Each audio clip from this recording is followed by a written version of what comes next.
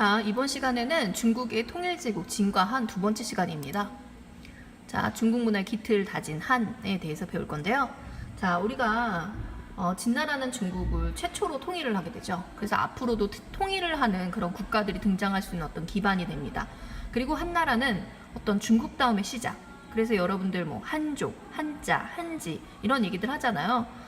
이때 이제 한나라가 거의 한 400년 동안의 한 왕조가 이제 유지가 됩니다. 그래서 지금의 오늘날의 어떤 중국다움의 어떤 시작을 만든 게 바로 이 한나라라고 보실 수 있습니다. 자, 오늘 학습 목표는 이것이고요. 자, 그럼 이런 한나라를 한나라 이제 중국을 통일을 한 사람이 누구냐? 자, 일단 중국은 진이 멸망한 뒤에 한동안 굉장히 좀 혼란했습니다. 그때 이제 한의 유방이 있었고요. 그 다음에 이 한나라의 그 라이벌이 바로 초나라입니다. 그 초나라에는 항우가 있었는데요. 둘이 이제 전쟁을 한 것이 그 유명한 초한전입니다. 초한전은 아마 여러분들도 그 게임이라든가 이런 걸 통해서 좀 이제 들어보셨을 거예요.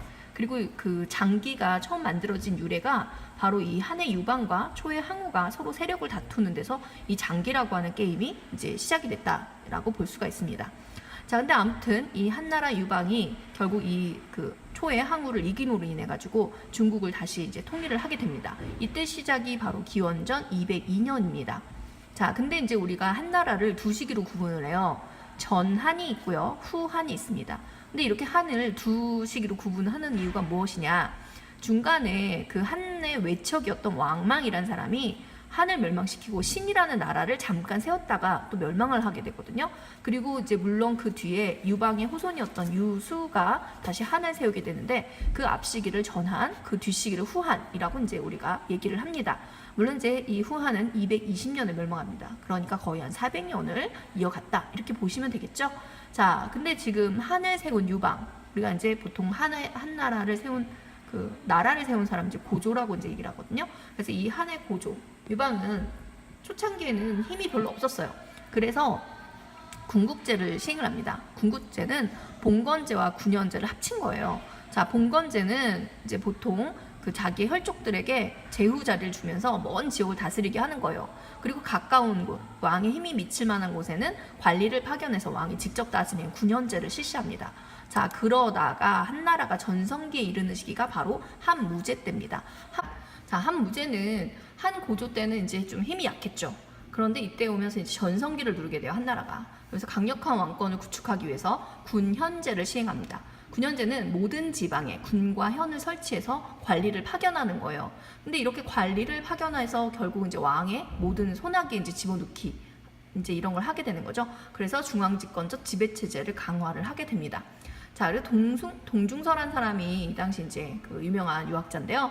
이 사람의 제안으로 유학을 통치 이념으로 삼게 됩니다. 유학에서 중요하게 생각하는 게 바로 인과 예죠. 우리가 앞서서 진나라는 법가를 굉장히 중요하게 생각했죠. 그래서 그 법가 사상에 의거해서 법을 통치 이념으로 삼아서 법을 근거로 다스리는 이런 체제였어요. 하지만 이제 한나라는 유학을 통치 이념으로 삼게 되고 오랫동안 유학이 중국에 뿌리 내리는 이런 어떤 결과를 가져오게 됩니다. 자, 그럼 한무제가 했던 대외 정책을 잠깐 볼까요? 여기서 우리나라도 굉장히 관련이 많아요. 왜냐하면 한무제에 의해서 고조선이 멸망을 하게 됩니다. 그래서 그때 뭐 한사군이 설치가 되고 뭐 이런 것들이 있었었죠. 자, 그리고 이제 남쪽으로 베트남 북부, 그 다음에 중앙아시아에서 이제 흉노를 정벌하려고 하는 이런 모습까지 보이게 되는데요. 사실 이 흉노는 중국과 정말 오랜 라이벌 관계입니다. 진시 황제가 이 흉노를 막기 위해서 만리장성을 쌓았을 정도로 굉장히 중국한테는 좀 피곤한 그런 존재예요. 자, 그래서 이 당시 한무제가 어떻게 하면 흉노를 칠 수 있을까 하다가 이쪽에 보면 월지라고 하는 나라가 있어요. 이 월지가 흉노 때문에 쫓겨가서 여기로 나라를 옮기게 되거든요.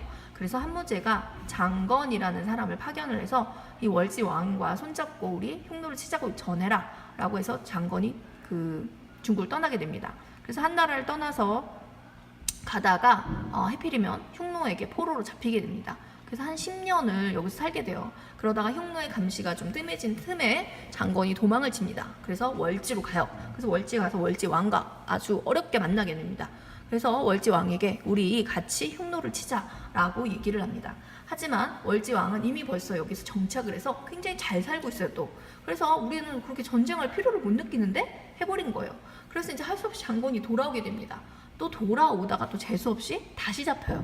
그래서 또 몇 년 또 흉노에 있다가 잡혀서 있다가 거기서 이제 다시 탈출을 합니다. 그래서 다시 장안, 한나라 이제 수도로 돌아오는 그 시기가 거의 13년에서 14년 정도 걸리게 됩니다. 그래서 장건이 갔다 왔는데 너무 오랫동안 나라를 떠 있었죠.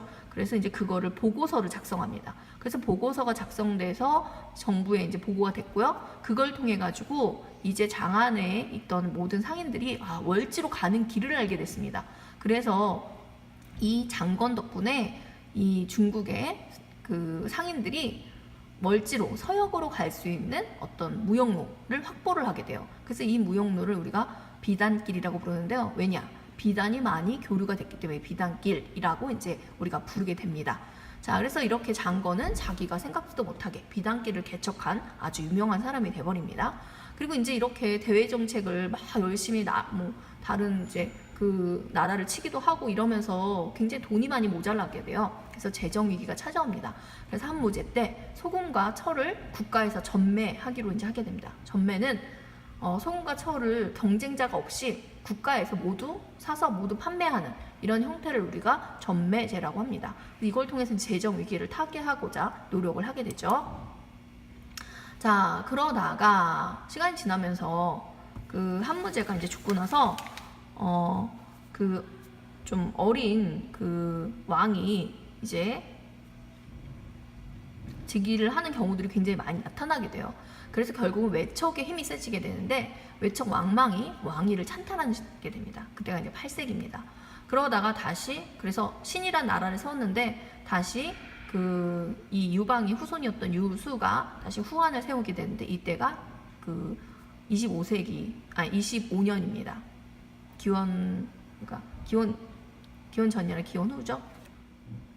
자, 한무제 이후에 왕권이 굉장히 좀 약해지게 돼요. 그러면서 그 외척 왕의 이제 외갓집 식구들의 힘이 세지게 돼요. 그래서 외척 왕망이 왕위를 찬탈해서 신이라고 하는 나라를 세우게 됩니다.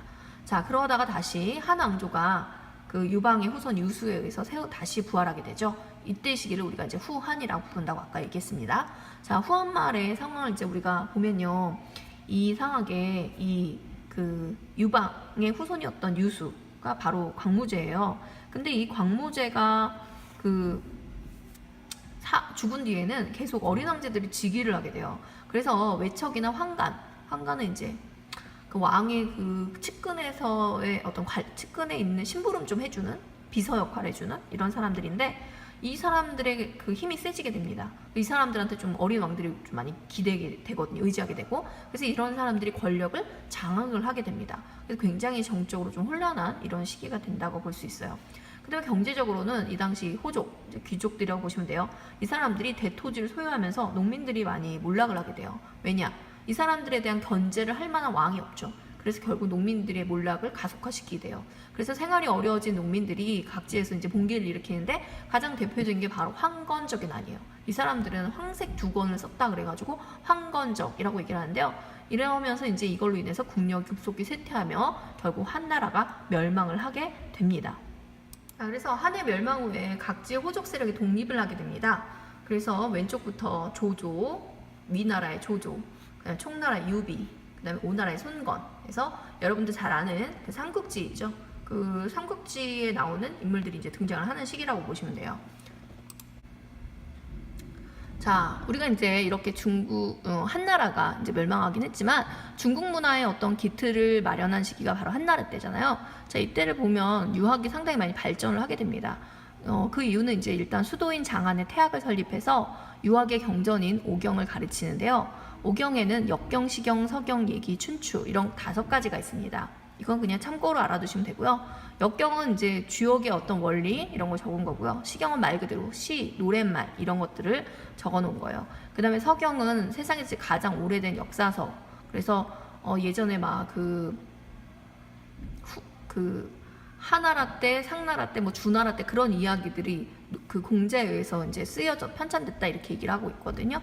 그 다음에 이제 얘기는 공자님과 그 제자들이 예법에 대해서 토론하는 내용이 담겨 있어요. 그 다음에 이제 춘추는 춘추 시대의 그 역사서다 이렇게 보면 됩니다. 그래서 아무튼 이런 오경에 대한 이야기를 수도에서도 그리고 지방에선 학교를 세워서 가르치게 됩니다. 그리고 유학식을 가진 사람을 관리로 선발을 하게 되고요. 국가 통치 이념으로 그리고 사회 윤리로 뿌리를 내리게 됩니다. 그러면서 자연스럽게 훈고학이 발달하게 되는데요. 훈고학이라는 것은 옛것에서 어떤 좀 이렇게 연구하는 그런 학문이에요. 왜냐?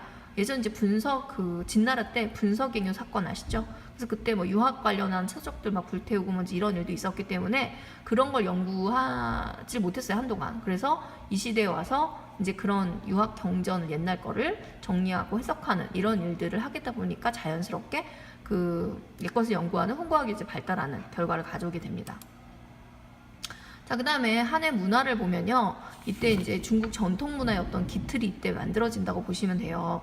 그러다 보니까, 이때 이제 되게 유명한 서적들이 이제 만들어지게 되는데, 사마천이 사기라고 하는 역사서를 만들게 됩니다. 이게 이제 사기는 되게 역사적으로 중요한데요. 동아시아 역사서술의 표준으로 정착을 하게 됩니다. 이 사기는 어떤 식으로 이제 만들어져 있냐면요. 일단 어떤 왕에 대한 기록인 본기, 그 다음에 그 왕 주변에서 되게 중요한 인물들 있죠. 그 사람에 대한 기록인 열전을 중심으로 해가지고 기전체로 이제 편찬된 게 사기예요. 그래서 역사서가 쓰여질 때 그 뒤에도 이런 기전체, 우리가 보통 연도별로 하는 걸 편년체라고 하거든요. 근데 이건 시간 순서가 아니라 인물 중심으로 이제 편찬을 하는 그런 기전체였던 시초다, 이렇게 이제 보시면 되겠습니다. 자, 근데 이제 이렇게 이제 역사서도 편찬을 하고요. 그 다음에 이때 인도에서 비단길을 따라서 불교가 전래되게 됩니다. 그 다음에 체륜에 의해서 제지법이 개량돼요. 그 전에도 이제 종이 만드는 기술이 발달돼 있는데 이런 것이 개량되기 시작합니다. 왜냐하면 이제 그 전에는 보통 이 종이 만드는 기술이 많이 발달되지 못할 때는 목간이나 죽간, 이게 나무나 대나무 있죠? 이런 데다 글씨를 써서 책으로 묶어가지고 보는 방법이 있었거든요. 근데 이거 너무 무겁고 운반하기 힘들어요.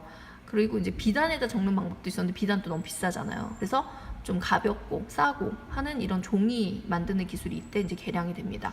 그러면서 학문과 문화 발전의 어떤 계기가 될 수 있는 어떤 기점이 되겠죠. 그 다음에 이제 과학 분야에서도 성과가 생기는데 여기 보시면 이게 바로 지동의예요. 요즘 경주에서 좀 지진이 자주 발생하고 있는데 이 지동의가 바로 그런 어떤 지진이 발생했을 때 방향이나 시각을 알 수 있게 고안된 세계 최초의 지진계다 라고 할 수 있습니다. 그래서 이제 지동의 같은 것들이 있고요. 그다음에 천체 관측기구인 혼천을 이런 것들이 이제 발명되는 모습을 볼 수 있어요. 그래서 이 당시에 이제 이런 어떤 기틀이 이제 마련되는 결과를 가져오게 됩니다. 그래서 지금의 중국의 어떤 문화 이런 것들이 이제 만들어진 시기입니다.